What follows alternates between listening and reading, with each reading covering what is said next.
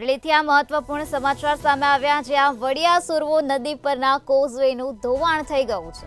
ખેડૂતોને ખેતરે જવાનો મુખ્ય રસ્તાનો કોઝવે ધોવાયો છે। તો કોઝવે પરથી સતત વાહન ની અવરજવર થઈ રહી છે, ખેડૂતોની અવરજવર થઈ રહી છે, ત્યારે કોઝવેનું ધોવાણ થતા વાહન ચાલકોને મુશ્કેલી વેઠવાનો વારો આવ્યો છે।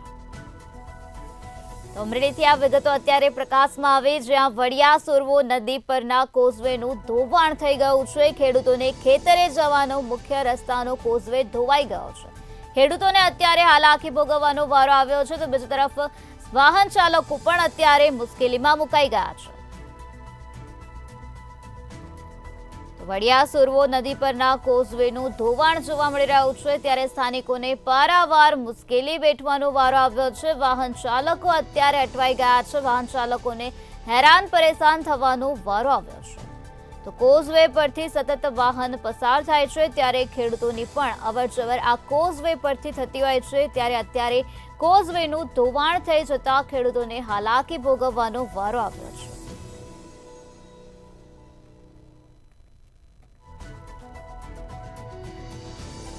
આ જ મુદ્દે વધુ માહિતી આપવા માટે આપણી સાથે સંવાદદાતા પરેશ પરમાર જોડાઈ ગયા છે। જી પરેશ, અમરેલીમાં વડિયા સુરવો નદી પરના કોઝવેનું ધોવાણ થયું છે, લોકોને હાલાકી ભોગવવાનો વારો આવ્યો છે, શું છે વધુ માહિતી?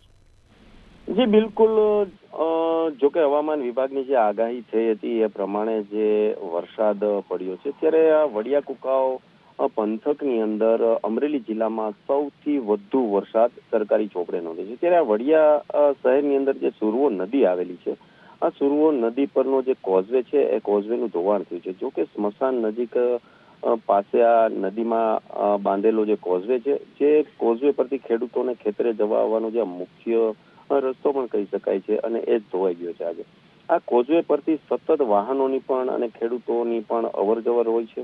અહીંથી શોર્ટકટ ચારણિયા જેતપુર જવા આવવા માટેનો પણ આ રસ્તો કહી શકાય છે। ત્યારે આ એ કોઝવે છે જે સુરવો નદી પર એ કોઝવેનું ધોવાણ થયું છે, ત્યારે વાહન ચાલકો અને ખેડૂતોને મુશ્કેલી પડતી હોય તેવા દ્રશ્યો પણ સામે આવ્યા છે। જી પરેશ, સમગ્ર માહિતી આપવા બદલ આભાર।